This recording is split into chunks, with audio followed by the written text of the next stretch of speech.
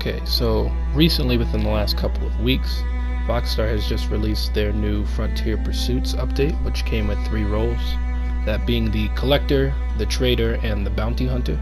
And these 3 roles are fun, I would say. They're somewhat interesting. I think the Trader might be the weakest in as far as things to do, but I guess if you don't mind hunting, it's fine. But after playing these roles and almost being maxed out in all of them, I've realized that using the foundation that Rockstar has, I guess, shown me or given me, I'd be able to create a concept for my own role. And so said role is the Brawler role. So to me, fist fighting in Red Dead is actually a pretty fun sort of side mechanic, and it's something that you have to do pretty often, especially when you're like a bounty hunter and you have to lasso people. And I wish only for the fist fighting to be expanded, but I figured with the role setup that why not connect the new gameplay features I plan on adding to a role. That way you get to use them more often, and the gameplay features wouldn't be anything that's dramatic. It wouldn't be a complete overhaul to the fist fighting system, of course, because unarmed combat in this game is actually pretty good. I just personally enjoy unarmed combat so much that I figured why not center an entire role around it, and that way you can make a little bit of money, a little bit of XP, and we can turn it into a sort of a fun gameplay loop or an alternative to the other 3 roles. Okay, so the description that I came up with for the Brawler role is: Brawlers are the toughest of the tough and the meanest of the mean, putting their bodies to the ultimate test against one another for fame and fortune. Now let's look at the basic gameplay loop of the Brawler. Players who start the Brawler role do one thing, and that's fight. Going from town to town and finding fight clubs to participate in is what brings in the cash for a Brawler. So long as you win, you have the opportunity to quickly make a name for yourself in the brawling scene, and thus have the notoriety to take on bigger threats. The tougher your opponent, the more money you make. There are 2 types of fights you can participate in: single bouts and free-for-all brawls. In single bouts, you face one opponent, and if you win, you are paid accordingly. In free-for-all brawls, you will be tasked with surviving against 5 or more opponents. You get a bonus for anyone you knock out along the way, and of course you are paid for winning the entire event. Single fights are always available, but free-for-alls will require a 20-minute waiting period before you can start the next one.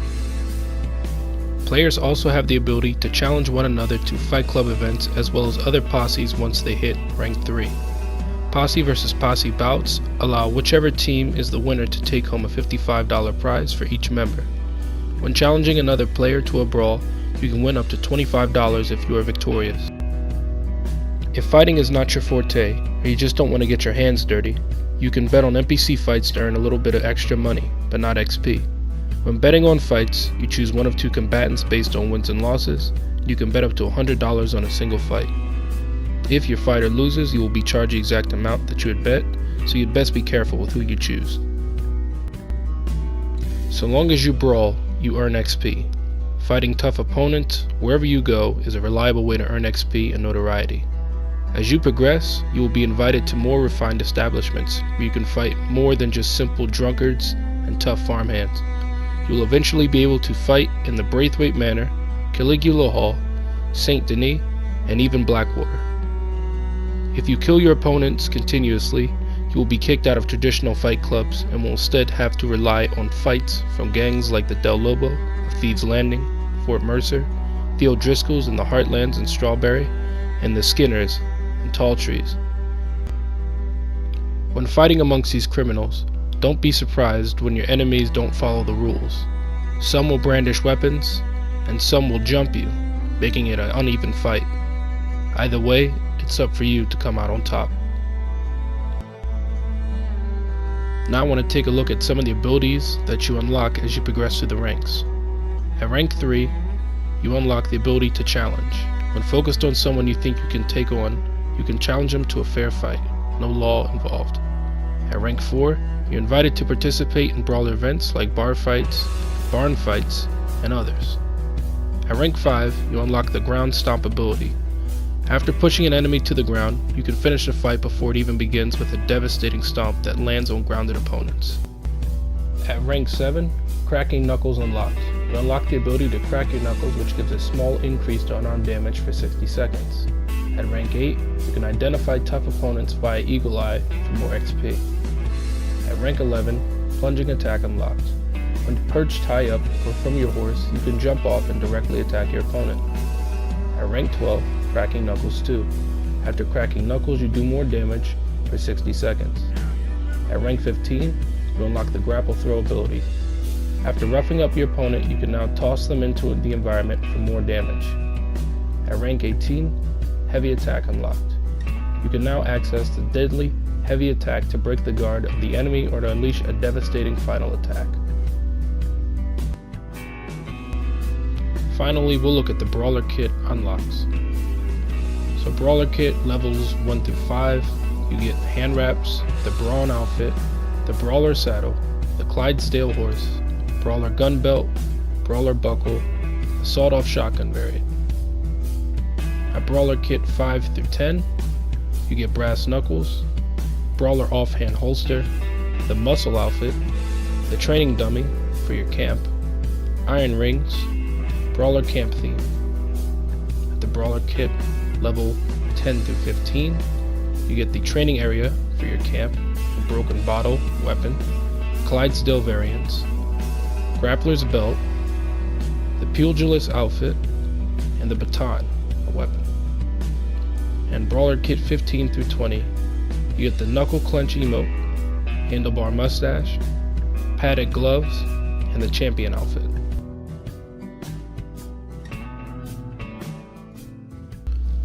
Alright, so that was mostly all the information that I had written down for the Brawler role. Everything else that I want to talk about now is more like semantics and stuff like that. And what I want to dive into is pretty much the locations. Now, I've made a map for where all the fight clubs will be available, both honorable and dishonorable. They all appear the same on the map, so I'll have to explain that myself. But essentially, I put all of the fight clubs in places where they really wouldn't be noticed, where they would be a lot more appropriate. So you're not going to see one in a place like Strawberry. There's one in Valentine, but seeing as how in the story mode they were willing to buy stolen cattle, I kind of figured they might have a little extra side hustle available. But essentially back then fight clubs were very illegal, so cops would try and break them up where they found them. So I tried to put them and tuck them away in places where law wasn't present at all, or it was more community run. Let's now look at other possible places where a fight club could be run. The first one that I had come up with was Van Horn, of course. The town is such a anomaly in how it's run, in that there really is no law. It's just a town of seemingly criminals or drunks or whatever's there, so I figured it'd be a perfect spot for a fight club. The Braithwaite Manor or Caligula Hall was the next one to come to mind, mostly because it kind of reminded me of the places in Django where you would see the Mandingo fights, I believe. Obviously I'm not sure if they would still have them there, but it definitely seems like they could they'd turn a quick buck basically participating in fight clubs. The next place would be in Valentine at the auction yard. As I previously mentioned before, they really didn't have much of a problem with buying or turning out stolen cattle, so I figured it'd be a pretty good place for a fight club. You'd be fighting in the interior, of course, and kind of keep away from the law. The next location is behind a factory in Saint Denis, and I figured since in the story mode we see Charles fighting in a fight club in Saint Denis that they would have some kind of fight club, but I doubt it would be anything that was incredibly official. So back here you'd basically be fighting nothing more than tough-ass dock workers or handymen, things like that. This last location is located in the Heartlands, and it's at the Cornwall oil field. And this is the only spot that I actually have some concrete proof for how the concept would work. So in something like a single bout, you would fight a whole bunch of no-names, probably about a list of 2 to 3 to 4 guys that you kind of have to get through before you have the notoriety to be who would be the head honcho there. And so the head honcho actually came up with a sheet from here. His name would be Cook, and Cook is obviously the baddest motherfucker there. He'd be the undefeated champ. So once you get to fight Cook, once you work your way up that ladder, he would be the hardest fight for you at that time, and by beating Cook, you would get the most amount of money that you would be able to earn at your rank level, or just at whatever rank you are. So let's say you're level 5, the most amount of money that you'll get for beating Cook is probably about $35, but that increases with every rank that you go up. Cook here is just the example for the Heartland Oilfield Fight Club, but essentially every location would have a guy like Cook who is just at the top. And while you'd always be able to do those smaller fights, fighting guys like Cook, once you beat whoever the head honcho is, essentially there's a timer that you have to wait for before you're able to do it again, but you'll always be able to do it again. So that's how regular fight clubs work. And the illegal fight clubs, or the dishonorable ones, you actually do not need to be dishonorable to go to those ones. It's just the way that they fight is different. But let's say you go to the one in Van Horn, and those guys do fight honorably, so no weapons and no jumping people, anything like that. If you go to that one and kill an opponent there, or kill like the head honcho guy, then you will be barred from going to that one for quite some time. I haven't quite figured out how long it should be, but just you won't be able to go back there for a little while. But that will essentially open up other fight clubs, like the one that is in Tall Trees with the Skinner brothers, and those guys, they will fight you.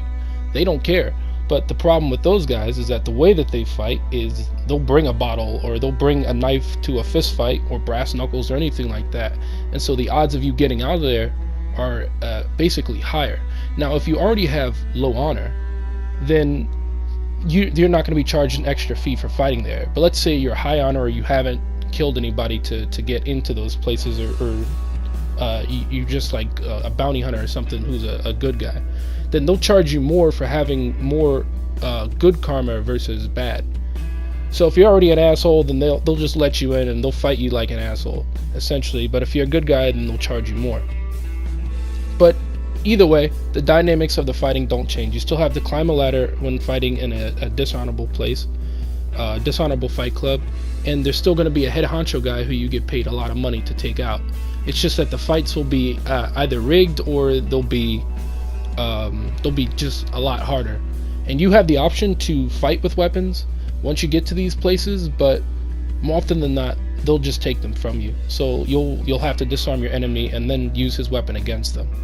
Either way, all the fights that you'll be participating in, they all help to build your notoriety and get you money and get you XP. Alright everybody, that's everything that I've come up with for my Brawler role. If you'd like to find more additional information about it, or just the cards I was sort of reading off of, you can find it on my Instagram and on my Reddit. I'm at Clutit on Reddit, and I'm at Clutit on Instagram as well. I'm also at reddead_in_motion on Instagram as well, and that's where you'll find all my Red Dead content. I will be making another role explained thing sort of video like this again, but that will be I'm not sure how soon I'll be making it, but it pretty much is already written up. So I suppose if you'd like to see that video, then it'll be up sometime soon, hopefully.